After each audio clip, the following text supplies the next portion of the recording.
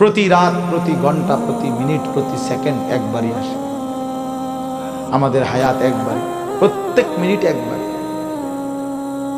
নবী সাল্লাল্লাহু আলাইহি ওয়াসাল্লাম বলছেন, ইরতাহালাতিদ দুনিয়া মুদবিরা ওয়ারতাহালাতিল আখিরাতু মুকবিলা।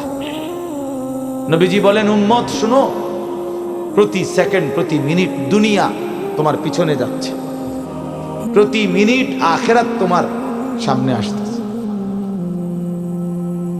প্রতি ঘন্টা যায় তো আমার দুনিয়া যায়, প্রতি ঘন্টা যায় তো আমি আখিরাতের দিকে 1 ঘন্টা আগায় যাই, কবরের দিকেই 1 ঘন্টা আগায় যাচ্ছি, হাসরের দিকেই আমরা মূলত কি আগায় যাচ্ছি। এজন্য নবীজি বলছেন, অতএব বুদ্ধিমান হলে শোনো উম্মত, ফাকুনু আবনা আল আখিরা ওয়ালা তাকুনু আবনা আদ দুনিয়া। নবীজি বলছেন, অতএব তুমি আখিরাতের সন্তান হও, আখিরাতের পরিচয়ে পরিচিত হও, দুনিয়ার সন্তান হও না। শুধু ডাক্তার, শুধু ইঞ্জিনিয়ার, শুধু আইনজীবী, শুধু ব্যারিস্টার, শুধু পয়সাওয়ালা, শুধু ব্যবসায়ী, শুধু কৃষক, শুধু বিদেশি, শুধু প্রবাসী, এক মুসলমান হিসেবে এতটুকু পরিচয় নিয়েই তুমি যথেষ্ট হইও না। এক মুসলমানের পরিচয় এতটুকুই না, বরং তোমার পরিচয় যেন হয় আখিরাতের পরিচয়। লোকটা নামাজি, লোকটা রোজাদার, লোকটা চরিত্রবান, লোকটা দিনদার, লোকটা ফরহেজগার, লোকটা আল্লাহওয়ালা, লোকটা আখিরাতের ফিকির করে, মসজিদকে ভালোবাসে, মাদ্রাসাকে ভালোবাসে, ওলামায়ে কেরামকে ভালোবাসে, নামাজকে ভালোবাসে, আল্লাহর ঘরকে ভালোবাসে, কোরআনকে ভালোবাসে। এমন পরিচয় পরিচিত হও, এমন পরিচয় নিজের জীবনে লাগাও। নবীজি বলছেন, শুধু দুনিয়ার পরিচয়, অনেক বড় পয়সাওয়ালা, অনেক বড় টাকাওয়ালা, অনেক বড় ক্ষমতার অধিকারী, দোস্ত ক্ষমতা বেশি বা কম উভয় অবস্থাতেই কবরে চলে যাবে, হাসলেও মরে যাবে, কাঁদলেও মরে যাবে। তাফসিরে মাআরিফুল কোরআনে আমরা পড়ছি, মুফতি শফি রহমতুল্লাহ আলাইহি বলছে, দুনিয়াবাসী, দুনিয়া নিয়া কারাকারি করো না, কারণ সর্বোচ্চ চেষ্টা করে দুনিয়া যদি জিতেও যাও তাইলেও মরে যাবা, যদি হেরেও যাও তাইলেও মরে যাবে। পৃথিবীর সর্বশ্রেষ্ঠ ধনী সেও মৃত্যুবরণ করবে, পৃথিবীর সর্বশ্রেষ্ঠ ফকির সেও মৃত্যু মরেই যাবে। প্রিয় বন্ধু, তোমরাও আমরাও হাসলেও মরে যাব, কাঁদলেও মরে যাব, সুখে থাকলেও মৃত্যু হবে, দুঃখে থাকলেও মৃত্যু হবে, অট্টালিকায় থাকলেও মরণ, কুড়ে ঘরে থাকলেও মরণ। অতএব যেই মৃত্যু আমাকে বরণ করতেই হবে, যেই কবর থেকে আমি আড়াল হওয়ার, পাশ কাটার কোনোই সুরত নাই, অতএব তার জন্য প্রস্তুতি নেওয়া, যেটার মুখোমুখি আমাকে হতেই হবে তার জন্য প্রিপারেশন নেওয়া, এটাই বুদ্ধিমানের কাজ।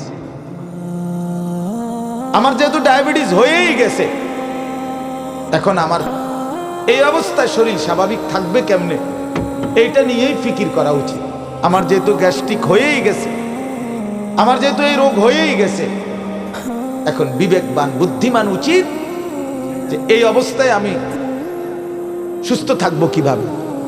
ঠিক মনে করেন এরকম, আমাকে যেহেতু কবরে যেতেই হবে, আমাকে যেহেতু মরতেই হবে, অতএব এখানে উচিত বিবেক দিয়ে যে অতএব আমাকে কবরে ভালো থাকবো কিভাবে তার ফিকির করা।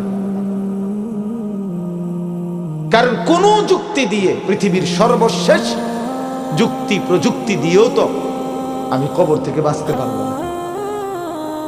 তাহলে যে সত্য আমাকে গ্রহণ করতেই হবে, যে অমোঘ বিধান আমাকে মেনে নিতেই হবে, তার জন্য প্রিয় ভাই নিজেকে প্রস্তুত করা, ভাবা, কল্পনা করা, এটাই বিবেকের দাবি, এটাই ইনসাফের দাবি। এই জন্য ছেলেদেরকে বললাম, বাবা, কিশোর নওজোয়ান বয়সে তুমি ফিকির করো, তুমি সুস্থ সবল সামর্থ্যবান, শরীর স্বাস্থ্য জীবন যৌবন সব সুস্থ আছে, শক্তি আছে, এই সময়ে যদি কোনো ভাবনা না আসে তো বুড়াকালে কেমনে ভাববা? বয়সকালে তো ভাবনার সময় না। কোরআন শরীফে স্পষ্ট আছে, আমিনকুম মান ইউরাদ্দু ইলা আরদালিল উমর লিকাই লা ইয়ালামা মিন বাদি ইলমিন শাইআ। আল্লাহ বলেন মানুষকে আমি পর্যায়ক্রমে ধীরে ধীরে অনেক মানুষকে আমি এরকম নিষ্কর্মা বৃদ্ধ বানিয়ে দেই যে ফলে সে যে জিনিসগুলো ইতিপূর্বে জানতো একটা পর্যায়ে সে আর কিছুই জানে না, এখন আর কিছুই বলে না, কিছুই বুঝবে না। এই চাচা এখন আর কিছুই বুঝবে না, জিজ্ঞাসা করে দেখো, তার আর কোনো অনুভূতি নাই। তার কাছে এখন আর দুনিয়া বরাবর সবকিছু, হাসিও বরাবর, কান্নাও বরাবর, রাতও বরাবর, দিনও বরাবর, আনন্দও বরাবর, বেদনাও বরাবর। ওনার তো আর সেই ফিলিংসটাই নেই। আমার মারে দেখছি আমি আজীবন, মা কত নামাজ পড়তেন, তিলাওয়াত করতেন, তসবিহ পড়তেন, 500 দানার তসবিহ পড়তেন মা। আর মা এখন এত অসুস্থ হয়ে গেছে, বৃদ্ধ। নামাজের কথা কোনো 10 বার 20 বার বললে হ্যাঁ মানে বুঝে না, কি করবো এটা বুঝে না। অজু করতে কইলে মা বুঝে না। তাহলে আমি তো আমার মায়ের চোখে দেখা সাক্ষী, আমি তো মাকে দেখছি। মা আমার সেই সকাল থেকে রাত পর্যন্ত কত নামাজ পড়তেন, কত কোরআন তেলাওয়াত করতেন। আমার মায়ের সেই জিন্দেগি তো আমি দেখছি ভাইয়া। এই জন্য আমরা, এটাই সত্য, এটাই বাস্তবতা, আমাদেরকে যেতেই হবে। 3 অবস্থার যে কোনো একটা হবেই। হয় একদিন এই শক্ত সামর্থ্য শরীর দুর্বল অসুস্থ হয়ে যাবে, নয়তো বৃদ্ধ হয়ে যাবে, নয়তো তার আগেই কবরে পৌঁছে যাবে। প্রিয় বন্ধু, প্রিয় বাপ, আমাকে এটা বরণ করতেই হবে, আমাকে এটা বরণ করতেই হবে। এজন্য আমি অনুরোধ করছি, ওই দেখেন ওই ছেলে বারবার মোবাইল উঠাই আয়, মানে অসভ্য কিছু ছেলে আছে, অসভ্য, এমন গাদ্দার যে কারো কোনো কথা শুনবে। এর কথা হইলো যে মানে অনেক ছেলের যে হুজুর আমি এর থেকে ভালো মানুষের কথাই শুনি না, আপনার কথা শুনবো কেন? না না, এটাই বা হাসি না, এটা কলিজা পাথর হওয়া। এমন গাদ্দার যে কোনোভাবেই আমি নিষেধ করলাম। ওই যে ওই আরেক অপদার্থ হাসে, এই দেখছেন, এই যে এখন নামাইলো, এই জিন্দিগি, হে নিজে নিজে হাসে মোবাইল। মানে কাকে বলে, কেন বলে, কি জন্য, আমার এত কিছু, আমি এবং আমার মোবাইল। পৃথিবীতে এরপরে আর কিছু আছে বা নাই এটা আমার জানার বিষয়।